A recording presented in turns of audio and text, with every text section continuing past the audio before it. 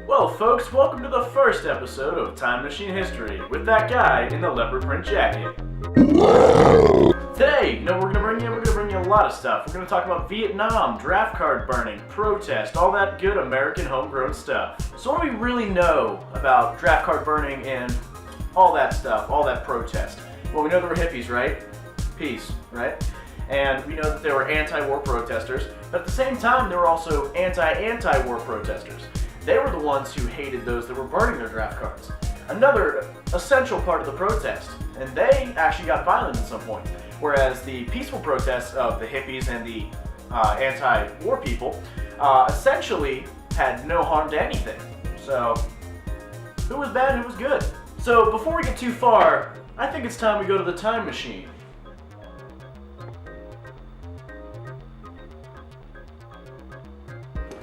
Well, apparently we got a knock for the captain. I mean, he does run the show here, so here we go. Oh, Captain, my captain. Well, hello, you current time-space continuum lovers. How you doing today? Well, you see, I need to go to Vietnam circa the 1960s, see what was really going on there. So what you're telling me is you need one Lieutenant Dan Bubba Gump special. Okay, I think I can do that one today. You got that right, Captain. Now the only fare will be 1 can of Chef Boyardee ravioli. Ravioli?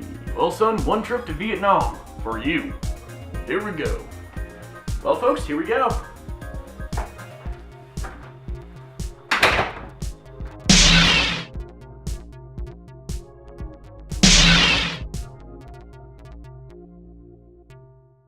Well, folks, it appears we have landed in Vietnam circa 1960s. The war is in full swing. Let's see if we can hear it. Yep, those are bullets.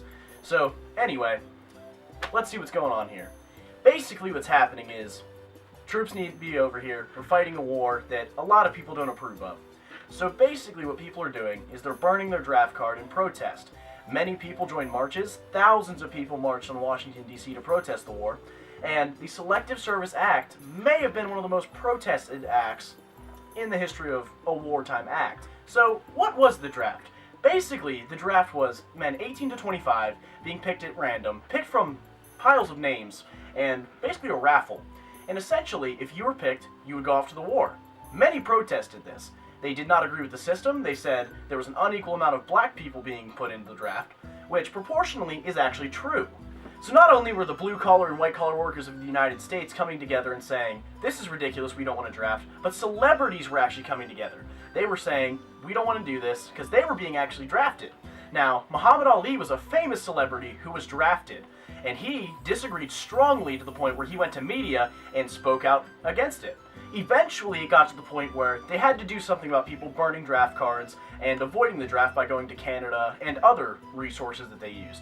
So what they did was they created a law. This was the law against burning your draft card. It made it a federal offense. So what people did was they evaded it, went to Canada, but at the same time, many were arrested for this. Many were imprisoned for this because they were burning draft cards publicly. So folks, now it's your turn. Would you have gone to Vietnam if you were picked in the draft, or would you have burned your draft card? Well folks, I think it's time to get back to our time and see what's going on. Let's call the captain. Captain, beam me up.